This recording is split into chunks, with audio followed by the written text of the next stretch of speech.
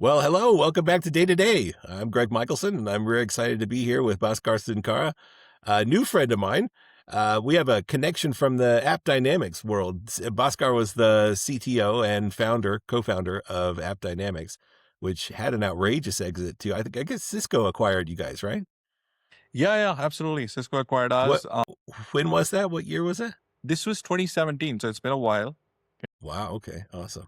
Well, maybe we start out. Just let me get an introduction from you, and Yeah, tell us a bit absolutely. about AppDynamics. And was that your first startup, AppDynamics? Yeah, I mean, been doing startups before. I was one of the founders and the CTO there, and we started in sometime in 2008, and then we exited in 2017. Uh, Oof, that's a hard pre- time to start, huh? Pretty amazing. Yeah, it was. But one of the things that was happening in '08 was people were looking at optimization. People were looking at sort of like getting their systems sort of like running really well. And so we actually rode that wave. I think it was kind of good to, focus on something that's making your systems more reliable, that's helping with drops in, sort of like issues with uptime and loss in revenue, etc. So that actually really helped. Well, well, maybe it would be good in case folks aren't familiar with AppDynamics. Can you Yeah. give people just kind of a little quick thumbnail of what the company did, what you built? Yeah, absolutely. So we were basically the next generation of application performance monitoring at that time. And what I mean by that is that the way performance was measured, before AppDynamics was either using CPU, either using how your code is running, how your queries are running, and things like that. And what we came in and said was that, look, I mean, one, applications are getting super distributed. So, you can't measure code in like, 50 different servers. There's just too much code running. Number two, it changes all the time. So if you're looking at like a, relational query and tomorrow you're using NoSQL, like what do you do with the old metric, right? Like, so there's a lot of change, very distributed, and it's hard to sort of like pin down what services, is doing what. And so what we said was, why don't we use a measure that is linking back to the user? And we introduced this term called business transaction, right? So instead of measuring code, instead of measuring CPU, instead of measuring queries, you're basically measuring what's the time login is taking, what's the time checkout is taking, what's the time, a payment is taking. Because irrespective of like the changes, irrespective of how distributed it is, that just links it back to user experience. And that's really Gotcha. what, but at the same time, we anchored diagnostics. We anchored like you could drill into a particular payment flow, you could drill into a particular checkout flow, and get all sorts of diagnostics right down to the millisecond when something was off, right?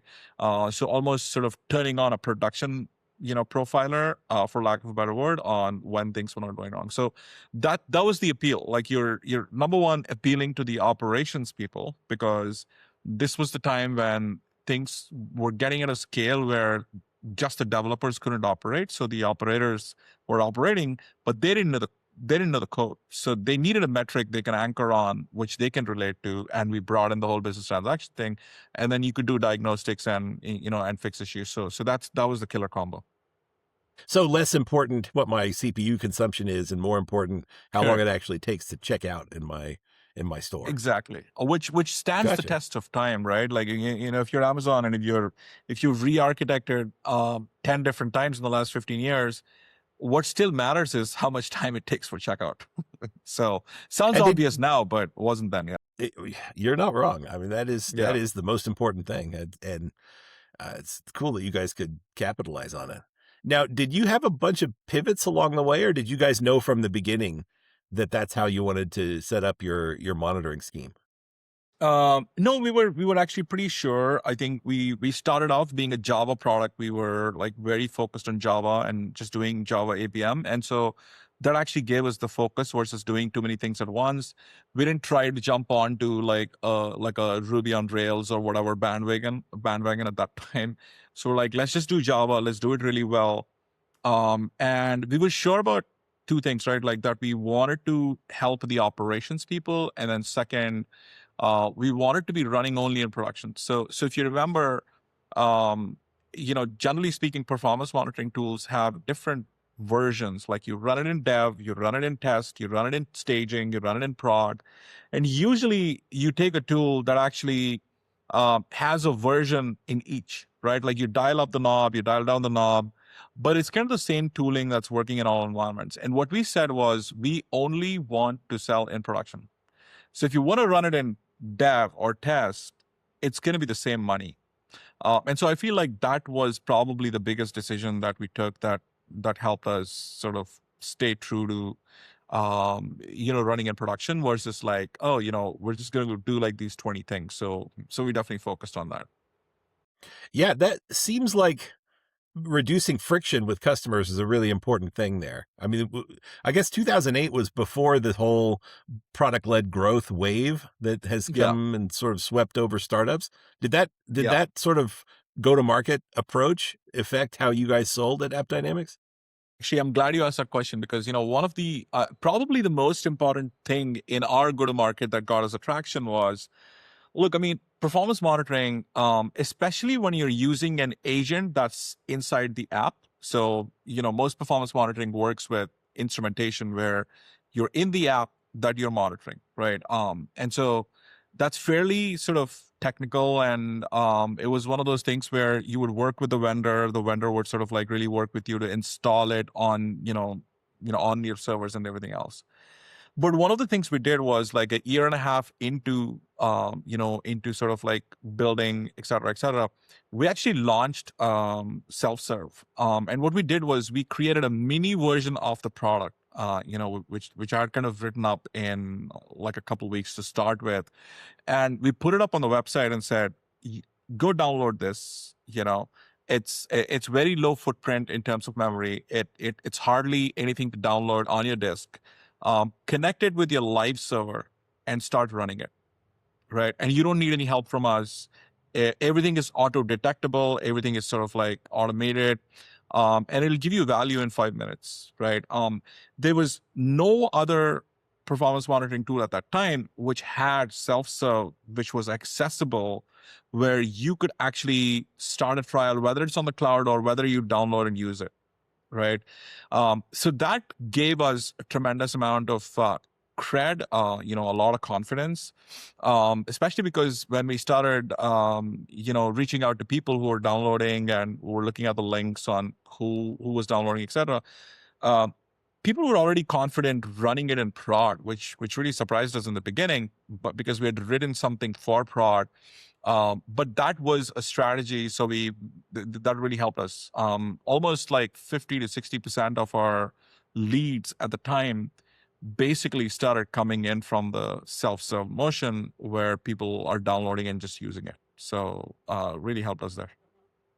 Now, was the application monitoring space super noisy back then, or were you the kind of first player on the scene Yeah, in it terms was of? pretty. I mean, there were a lot of, in fact, like one of the things in our head when we got into the market was, well, there's a lot of really established vendors. So how do we sort of like really, how saturated is the space? Is it a solved problem?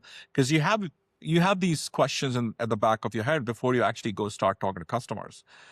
And when we started talking to customers, we discovered that still white space in there because customers were basically either burnt by not super stable. Again, if something's running in your app, it can crash you, right? And that had happened, quite a bit with some of the customers. And so it wasn't a solved problem. And that's what we discovered, that it's still pretty old school, still working on like, CPU and code and everything else. Every change needed a restart. So stuff like that, right? So we kind of Right. broke the whole system in terms of saying, hey, this is the next generation. And that's when I think, transformed that space. Got it. So you kind of like rethought the whole paradigm of how to monitor by changing the For metrics sure. that were important. Yeah. Yeah, Hmm. exactly. We anchored on something that's more businessy versus like, oh, let's look at like 100 at a time. You know, Now, when Cisco bought you guys, what? yeah, Tell me about that. What was that like? That was a huge number. it was a huge number. So I think what was happening at that time was that Cisco was actually a customer of ours. right? Like Cisco IT, Cisco was using AppDynamics and was very happy with the product. And we were, we had filed an S1. We were like, on the path to the to an IPO. In fact, like most of the team was in New York to go ring the bell, and just basically a couple days away from doing that. We No had kidding. the yeah, absolutely. We had the discussion sort of in the background. And I think Cisco, as it was starting to think more and more about software, got very serious about it. But a lot of it, well, the foundation was how much they loved the product as customers.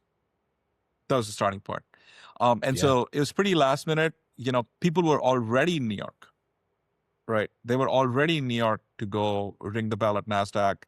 And so we told them, hey, this is what happened. Because, the numbers were really good. We looked at the overall climate. We felt like this is sort of, the right thing to do. And, but yeah, that was a little bit of a dramatic story there. Yeah. I feel like a Yeah, lot of these IPO stories could be movies. they could be. Yeah, absolutely. You're right. All right, so you finish up at AppDynamics, and what do you go on to next? Yeah, I mean, I took a little bit of a break. And then the thing I had in my head was basically the whole signal to action journey was very like it's something that I really enjoyed. A lot of things that we learned, at AppD in terms of understanding, monitoring the whole culture of like operations, and everything else. That was really amazing. But then I think the thing that really sort of stuck with me was that how do you sort of like move up the chain, right? So when we were at AppD, one of the products that we released that was a little bit later in the cycle was a product called Business IQ, and what it did was when something goes wrong, like when there's an outage, for example, it was calculating what was the business impact, right? So it's like who got affected, what type of customers. Um, if it's a retail scenario, like could we actually just give them like a gift card or something like that? It's like calculating impact of an outage. And that got me thinking, over time, and especially, during the break on like, how do we sort of like not do it after the fact, but think of it as, can we build like an operating sort of system that's sort of anchoring on those key cohorts, business KPIs, business, KPI slices. So, for example, revenue by my top city, revenue by my top product, things like that. Can you anchor on those and build that as the business signal so that when you detect sort of anomalies, et cetera, then you can do the analysis, then you can go do whatever you need to. So that's sort of the link between them. And what we ended up building initially was building a system that was doing exactly that. But one of the things that wasn't super optimal in it is that how do you feed all the system with the business definitions, the business model, and everything else? Because you don't want to be running a bunch of queries on a warehouse and trying to figure a bunch of stuff out, right? You want to model a business. You want to sort of like understand how do you go from detecting a signal to why it's really happening. And so you want a system modeled. So when we did that, Now, when you say we, yeah, you're talking correct. about Bicycle now, not Bicycle, AppDynamics yeah, anymore, correct, yeah? correct, Okay, correct, okay. yeah, Just yeah, wanted to yeah, make sure. yeah, yeah, yeah. Bicycle.ai. Bicycle or AI, yeah, absolutely. Okay, go ahead. Yeah, just to answer your question in a short way again, I think post sort of like the exit, I stuck around for a little bit.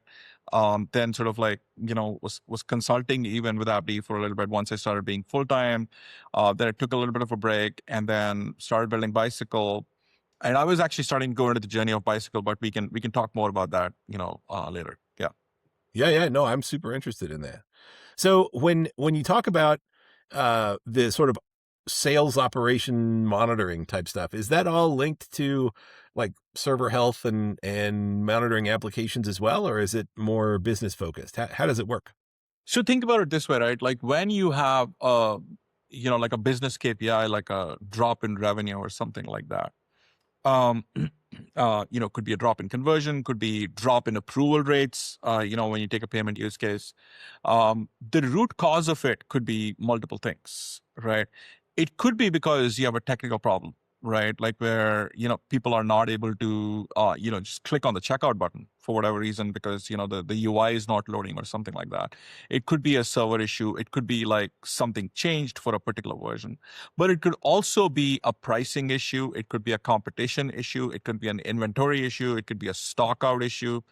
So all of these factors line up, and typically you have the two different parts of it where a signal can be attributed to both sort of technical factors as well as the business factors, right? Gotcha. That's actually one of the reasons why. So they're the two wheels that run the business, and bicycle is like the data drivetrain that connects them, and that's why we call it bicycle. But uh, being able to like look at both factors and being holistic about it versus saying, yeah, it could just be a technical problem and looking just at the technical layer. That's really the story for us. Gotcha. Okay, so Zerv, my company, we're a software, like a data-focused agentic coding environment, and we have a Hmm. self-serve type model where, Yeah. people can go on the website and sign up and get a free account and then upgrade to a paid account and so on. If I wanted to plug in something like Bicycle into our business, well, are we too small for that, or is there some sort of scale that's required? How would I go about thinking about it? Yeah, I Like, mean, I think sell me it's here. yeah, yeah, absolutely. So it's actually pretty straightforward. What you do is usually you start from the source of truth. Like, so let's say you have a warehouse where all the data is, right? You connect Bicycle to that, right? Like it could be take a To like BigQuery, take a post hog or Snowflake. something like that? Yeah. Oh, dump it You to know, a warehouse. I see. I more gotcha. more a warehouse, just because we're Okay. looking at the core business metrics and everything else. So let's say you have all of that in Snowflake or BigQuery or Redshift or something like that. You can start with that. Mhm. We Mhm. also do streaming systems. So if you have something like Kafka, in the background, so we could connect with that as well. So that's our core usual source of truth. What we'll do is we have an agent that then will onboard the data from there. We'll take context from you on what the company is, what it does, et cetera, et cetera. So bicycle system, think about it as how LLMs and machine learning are basically working together. So think of bicycle as a business analyst and a data analyst in a box, right? So the LLM functions as a business analyst, and the machine learning, basically the auto ML, functions as a data analyst, right? Because you don't want the LLMs doing the math, right? Anything that's sort of like solid math, you want that to be sort of like machine learning, or anything that's solid. Anything that's probabilistic, where you're like, oh, why is revenue dropping? You want to hypothesize, then you want to figure out like why that's happening. That's more of like the ML. So going back to the setup, we will onboard the data. The LLM will help sort of map definitions and things like that and set up data, so you don't have to do a lot of heavy lifting. We'll do like the 80-85% of the work in the initial setup, setting up your KPIs, setting up your slices, dimensions, all of that. And then what we do is we have, um, on top of the model, on top of that ontology we create, we basically start running the machine learning pieces, right? And what the machine learning will do is think of, let's say, again, take a very simple example. Let's say you're looking at revenue by 100 different cities. So we will have an individual model for all the 100 cities so that we can actually track baselines, track sort of like anomalies and everything else. And so that's the example pattern. And when the pattern goes off saying, hey, the revenue is dropping, our agent would then start looking at both technical factors and business factors. Like I was saying, like, is it pricing? Is it sort of like performance? Is it like, competitive pressure? Is it something external saying like, oh, maybe it's happening because, it's a holiday and people are not buying tickets or something like that, right? Mhm. So it will Mhm. Mhm. look at all of those, and then it'll give you a brief. It'll give you like recommended actions. So that's the overall setup, but it's a pretty low lift. On top of that, we do focus on transactional businesses. That's our sweet spot. So, take retail, take payments, take travel, because that's where the sense of urgency to convert insights, into decisions is the highest. And we wanted to focus on that, and we think of ourselves as a vertical solution. how would you find where would the competitive data come from? If say there was a new competitor suddenly appeared, how would you know Yeah. that in your system? Are you It's typically the agent basically doing web search, looking at like sort of, the data of the internet. So again, being agentic, having access to everything that a modern agent has. And so we'll basically analyze that. But we have a lot of context on what we're doing. So that kind of feeds it in. And so that's going to be part of the analysis. got it? Now, developing the agent, how is that? We're still in the new days, kind of the Yeah. early days of agentic analysis. What were some of Yeah. the hurdles that you came across? Yeah, no, I think, understanding really the, if you think about sort of like the analytics agent, I think the way I kind of looked at the sort of different pieces involved, right? So for example, there's the model you're using, there's the data, there's the metric definitions, there's the ownership model, because again, when you're deploying it in an enterprise, then there's basically multiple people who own it. The model's always people always look at the model because that's the decision maker and that's the glamorous part. Hmm. But when issues happen, they usually happen upstream. The agent can only be as trustworthy as the metric definitions and the ownership structure, right? So, like for example, if nobody agrees on what revenue means, or what is the failed payment, or what's a retry, the model will just end up confusing you, right? And then the ownership will bite you, right? Like the system might be right, but it might route the issue to the wrong team, and eventually it didn't help. And then also there's data freshness where one feed's updating every minute, the other is updating next day. So things like that, right? So sometimes what happens is a model will say approvals are healthy because it's just using the wrong definition, Sure. while the business is looking at like a different way of looking at it, right? So instead of like say it is actually a semantic failure, but it's Hmm. sometimes looked at Yeah. as a model failure. So that's the layer I feel like is the harder one to build, because especially in The the age of devil's in the AI, people details. in the details, because in the age of AI, people expect I plug in and it just works magically, even if there's a lot of ambiguity to figure out in the semantics on, hey, Right. what should I pick, because I And hey, see like four most definitions. yeah, there's most of them, even on the business side, nobody really Yeah, agrees on the definitions correct. of everything, right? Yeah, Correct. Exactly. Yeah. gotcha. And then in terms of feeding back what seems to be going on and proposing actions to take, Hmm. that seems hard, right? That Yeah. finding those business actions, because typically in analyses like these, the results are kind of like almost not trivial, but like you tell me something, oh, this is happening because of X, but X, there's nothing I can do about X. You Yeah. know what I Yeah. mean? So Yeah. how do you Yeah. how do Yeah. you sort of navigate that? Yeah. So I feel like, and this is again something from the AppD story as well. But an alert should be not the beginning of triaging it, but it should be the end of triaging it, right? Because when we think about alerts, sometimes they're paging people too early, right? And if all the alert is saying is the metric is down, it doesn't really help, right? Because you're just offloading work. I feel like the right pattern is, detect, then auto triage, and find out sort of some sort of thesis, and then notify when you have something useful, right? Um, I like to think about a useful alert as having five things, right? Like, what changed? Number two, where is it concentrated, right? What is the impact? How big it is? Number three, what likely changed around the same time, and who should care, right? So without that, if you're just sort of like throwing something out there on this is up, this is down, that's kind of the not as useful, right?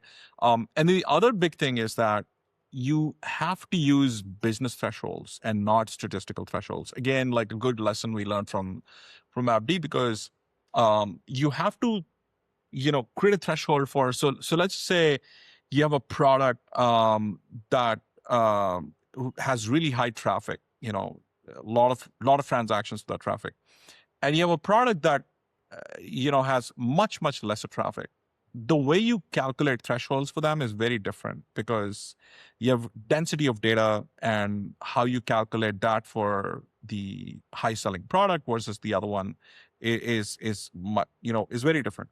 So that's where you have to bring in the business angle and not just statistical part of it. You also have to think about, like, what is a noisy alert and when do you have to do it. Like, do you say, oh, it has to have at least this revenue for it to be meaningful for me to take a look at it? And that's all, like, bringing in sort of like the business definitions. And it has to have meaningful impact, right?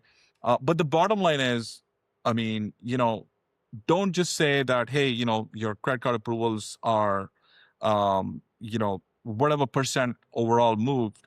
But be very specific on, like, that is a particular issuer segment, or most likely tied to a route specific issue, and it's not sort of systemic. That's the way to sort of like really alert people. Yeah. It is interesting to think about these kind of softer, more businessy type problems in kind Yeah. of a more engineering type context. Hmm. I love how the nerds are sort of taking over.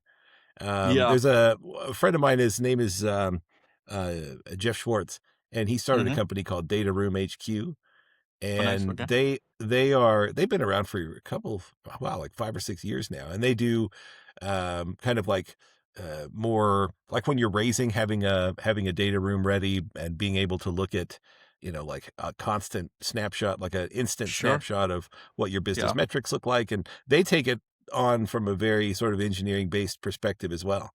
Do you think Yeah.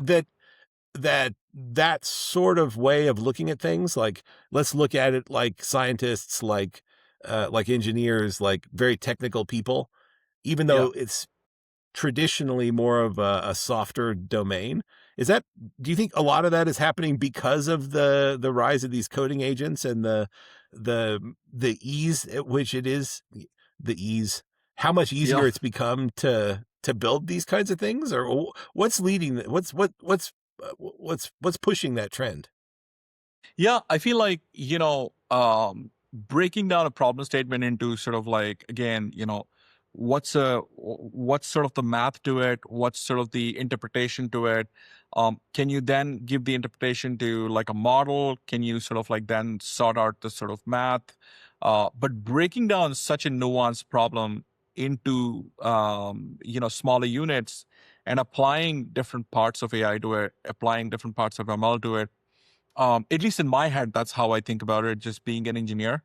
And I relate to it, and I can understand, especially to your point, because a coding agent, if, and I love that strategy of how a coding agent basically defines overall strategy and everything you're doing, whether you're basically building a website, whether you're building an app, whether you're sort of like solving a problem, you solve it with code, because code's a very logical way of breaking down a problem. Like, you write a routine, you write another routine, you connect them together. The logic in one routine and the other one, is very different, right? Like, and one of them can be hypothesis, one of them can be deterministic. And so I feel like that lends itself really well to solving, very nuanced problems, especially when they can be, you know, um, a lot of like organizational boundaries and this and that and everything else. And so, how do you sort of break it down into something simpler? Does that make sense? It does. Yeah, um I'm curious in particular about the how you guys are using, like, say, do you guys use Claude Code or Copilot or any of we do. these coding agents in your development work?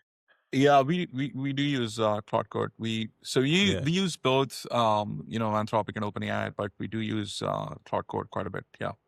Yeah. So you've been an a manager of engineers, software Hmm. engineers who are Hmm. developing real, intense, production grade, enterprise level software Yeah. for years, decades Yeah. Yeah. now. Absolutely. And Yeah. it feels like the whole coding agent thing is a bit of a seismic shift in terms of the way Yeah. things work. Do you see it as transformative as that? And Yeah. how's it impacted the way that you think about development? Yeah, I mean, 100%, right? Like, I think one of the things that people talk about right now is that code is not the bottleneck anymore. Design is, what you want to do, what you want to build, how you want to build it. That is really the bottleneck. And actually, like writing code for it isn't basically the bottleneck anymore, which I kind of like, right? Like because it makes the problem a lot more creative versus just operational. So it's almost like what the industrial revolution did to like fabrication or just like creating of or manufacturing something, right? Because machines could do it, and humans used to do it. But then what became more interesting was what do you want to build and what do you want to fabricate versus like, so it's very, very similar, right? Like the code part is not that important, but but obviously you want to have the right plan. You want to have, you want to build something robust, which the coding agents can do. They write really good code, right? But what's more important is what do you want to build? How do you want to build it? What's the design? What's the problem you're solving? So it's a good sort of step in that direction. So coding agents are like the assembly line for the software engineer. Pretty much, yeah. Exactly. Yeah. Yeah, Now, yeah, where do they break? So when you're working on a large, complex system like that, at some point yeah. you run into, okay, the context is it's too complicated. The agent keeps forgetting how things work. It's like what are the limitations of coding agents today when it comes to building real complex systems? Yeah, I mean, I think the thing is like when you have coding agents and you have agents, when you have like these probabilistic sort of like systems, you have to have the right evals. You have to have the right structure to basically say, how do I evaluate this is good or not, right? So like, how do you measure it, right? Like that's the key thing. And a lot of times, that's not something people are, paying a lot of attention to, right? Because for an agent to look smart for 10 minutes is super easy. But when you think about, oh, just on like a random Tuesday or Wednesday, it's unambiguous, it's clear, and it's providing value. Like that's what it's about, right? At some point when it gets boring, that's when it's become useful. Not like a 10-minute demo where it's like, oh, I'm coming up with like a cool like demo using an LLM. So that's the hard part. And I think things like evals, obviously having a sound model you're working on top of, versus just running the agent in like different loops without like a strong model. That's the starting point. But evals are important. So like for example, if you're detecting something, what you have to evaluate is like, did we notice a meaningful issue fast enough? So you look at precision, you look at time to detect, you look at false positives, you look at false negatives, etc. Then you're diagnosing. So once the agent is flagging something, did it pick the right slice? Is this the right concentration? Did it pick up the right drivers, which could be driving it, right? Was the actual So issue? you're Yeah. you're talking more about using agents as data analysis. I was thinking more about using agents as software engineers to actually build the code of the application. Yeah. So Do you- there's sort of linked. You're right. Like I yes, think I was kind of digressing a little bit, but there's sort of like what that's I okay. mean by that is that if you when you build something, the way you evaluate it is the most important thing. In terms of just answering sort of like maybe where the break, it really depends on if you don't have the right foundation, if you don't have the right data models, et cetera, for the agents to kind of run on. I feel that could be. I think one easy way of thinking about it is that because there's some probabilistic areas to it, if you're running it, again and again on the same thing and it's producing different results, that's the failure, right? Because you're expecting it to get them the same results or similar results. So how do you ground it in something which is like the right definitions, the right guardrails? And usually when you don't have that is when you start having issues. Gotcha. Yeah. Have these agents impacted the way that you hire and the size of your team and the throughput of your coding? Yeah. No, 100%. How? I think this started happening probably around late last year when I think something changed in the end. You must have observed too, right? Like something changed in how good coding agents were, and they got to the point where you could give them long running tasks. They'll take that time, but produce something like really solid. So that's when you started realizing that again you can rely on them, and so that automatically means that you don't need a team as large as you needed before, and that's real. That's definitely real. So if you had to rebuild AppDynamics, what percentage fewer coders would you have needed Yeah, if you had to rebuild it today? I think that's a tricky Is it question. 10%? Is it 80%? What's the number? I think it depends on sort of like I would say if I were to pick a number, maybe, at least needing 30 to 40% lesser, or maybe a little bit more. But that's what I would probably go with. But it's a tricky question to start with, yeah. Now, Zerb is a data science and data analytics focused coding agent. That's what we Hmm. do. We're a development Cool. environment. And Yeah. we found that one of the big bottlenecks with trying to use the sort of I don't know, like Claude and Codex and all those is that they're not really built for data. They're more built for software engineering. And so there's lots of, you got to teach the agent what your data looks like and how to, all there's a lot of overhead in doing that kind of work. Where are the where are the bottlenecks in terms of what agents are able to do and not able to do today? Like, is it infrastructure? Is it CI/CD? Is it testing? Is it like what are the things that still require humans to get in there and get their hands dirty and so on? And what are the things that just work? Yeah. No, I think that's a really good question, and it's pretty nuanced, like you said. I think I think what they're able to do is writing code, wiring that up, even starting to test it, et cetera, right? But when you have something finished, really figuring out if that's sort of doing the right thing from a domain point of view. Does it have the right context? Is it sort of like using the memory well? So there's a bunch of angles there that when you make it sort of like real world, that's what like really comes up.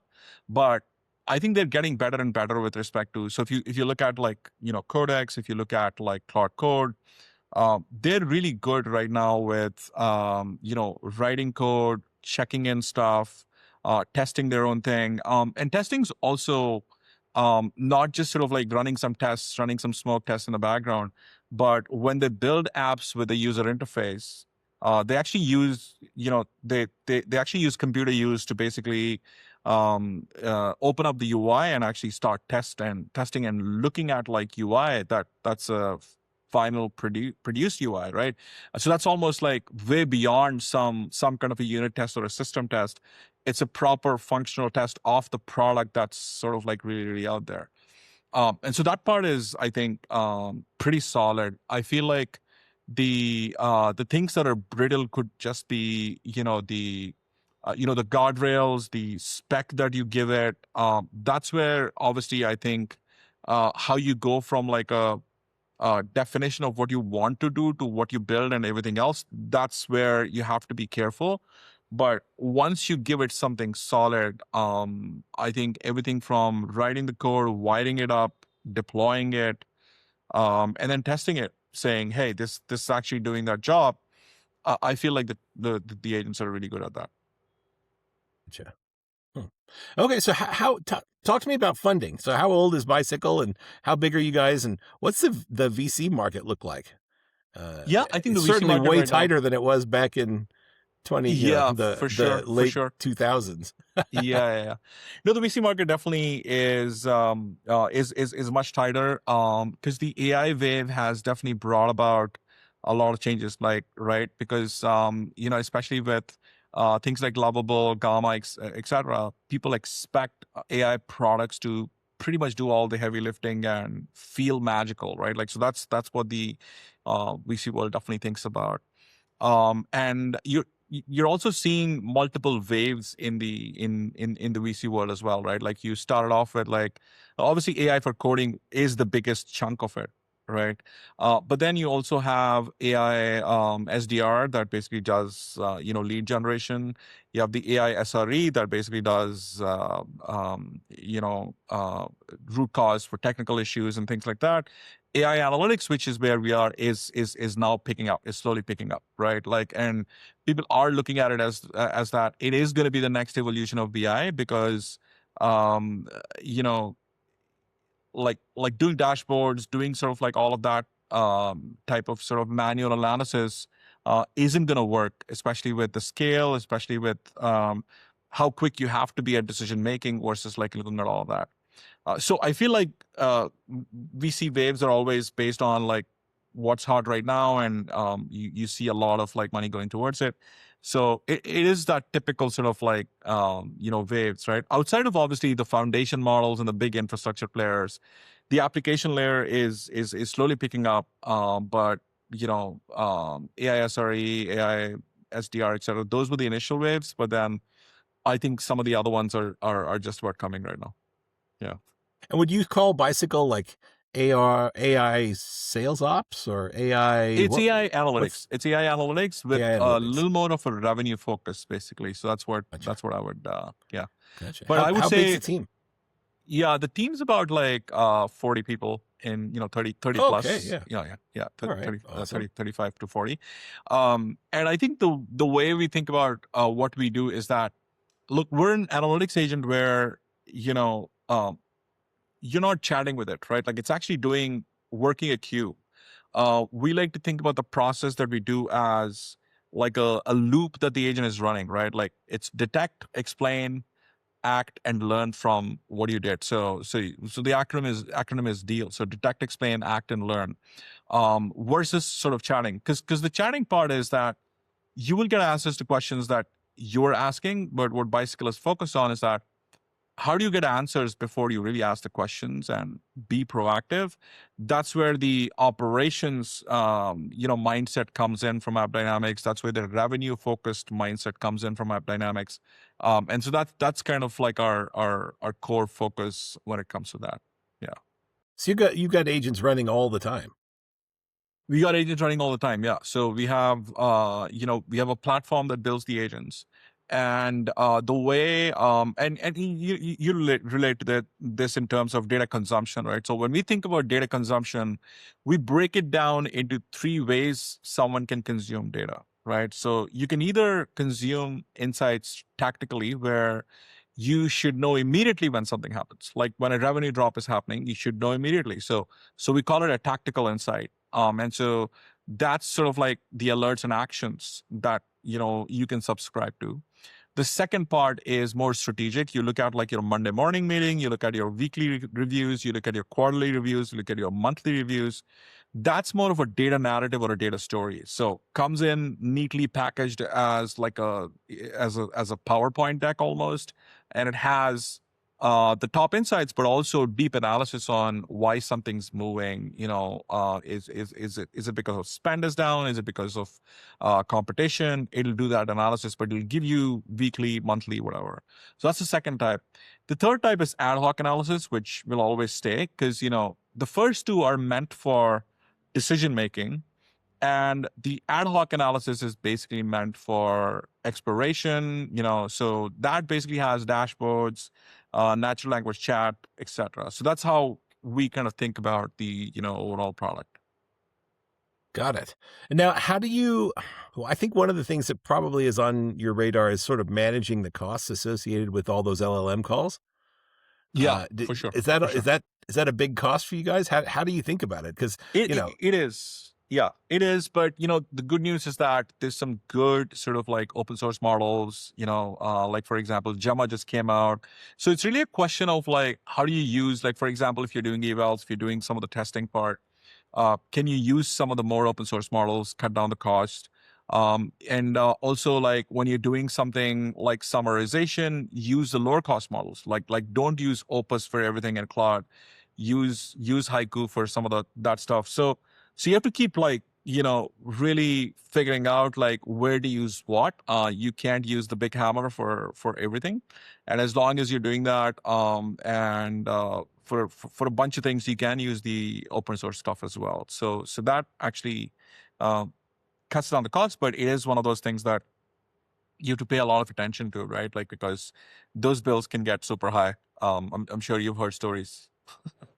Well, I mean, it seems like one of the strategies for the big guys, anyway, Yeah. is to use the big hammer for everything Yeah. and just, sort of like figure out the revenue model later and just operate Yeah. at a massive loss. Yeah. Absolutely. Right? That Yeah. that seems to be Unfortunately, what's happening. I that think I that is read happening. something about Claude Code, how somebody used up tens of thousands of dollars in credits Yeah. and paid, their $250 a month plan or Yeah. something like that. Yeah. Yeah. I think I read an article about Uber or something like that. But yeah, you're right.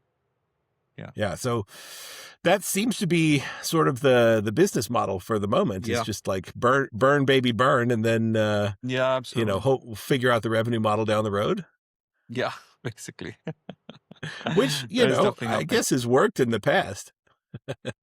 Yeah, yeah, yeah, yeah, absolutely. But I think it's also new. Everybody's figuring it out, and it's moving so fast. Like it's unbelievable, right? Like if you're not caught up in the last couple of days, you just miss so much. Everything is happening at such a rapid pace that it's a great time to innovate at this time. But if you miss something, it's so quick you can just miss it. You blink. It is an exciting time. Certainly, lots Yeah, of low hanging fruit yeah, in the space. yeah, yeah. Absolutely. Well, Bhaskar, what's next for you? I mean, not next after bicycle, but like what Yeah. do you see on the horizon in this space for anybody thinking about kind of playing in this space in the startup world, or for companies that are kind of like grappling with how to utilize this sort of technology? What kind of advice would you give? Yeah, I feel like it's a great time for founders right now. And like, and this is also from personal experience as well, but one of the hardest things for a founder is to figure out how do you get stuff out of your head and operationalize it? Like how do you give it to the team? How do you basically like really take that and make it more of a product? And with AI, there's it's become much easier, right? Because one of the things with early stage is that not a lot is documented, there's not a lot of systems, et cetera, et cetera. But now AI makes it so easy for you can just talk to it and figure out writing a detailed spec, right? And that detailed spec can be an input to a coding agent. That can be an input to a design system. And then the coding agent can sort of like you can use that to build sort of like the testing and the eval framework around it. You can then start rigging up like go-to-market systems based on that thesis. So we're not too far from the world where you start with like your core thesis, and if that is sound, and your thesis about architecture, your thesis about like basically the market, like your ICP, et cetera, that can then start producing specifications, that can then start producing code, that can then start producing go-to-market layers. So I feel like if you're starting now, if you have ideas, that you have to completely forget about how existing companies operate, and you have to think more about basically how would you start from scratch in the AI world, and then assume everything is possible. That's what I've seen with some of when you work with some of the models. Don't assume it can't do it. Like it'll surprise you so many times. And that's why it's I think great for founders. So it makes it so easy for you to take stuff out of your head. And used to be a challenge before. Hmm. Well, that's great Yeah, advice, and I yeah, completely agree.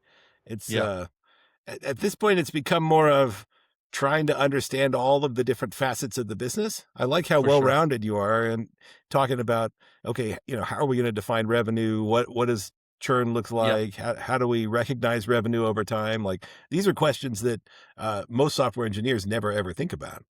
yeah, But now you're thinking about that, plus, yeah, like product design and yeah. efficiency, and you're thinking about reliability, and like Hmm. a founder these days has to sort of like be aware of all of that. You can't just be a You technical have to be. founder, or Yeah, a yeah, visionary founder, or anything like yeah. that, because now the models can just do anything. And it's just a Absolutely. matter of like writing herd over them. So I think that's Yeah, great for sure. advice. Yeah, for sure. Yeah, absolutely. Well, Bhaskar, thanks so much for taking the time. This has been really Uh, fun. It's great to kind of get to know thanks you a for bit and hear about what you're working on. yeah, thanks for having me, Greg. It was fun.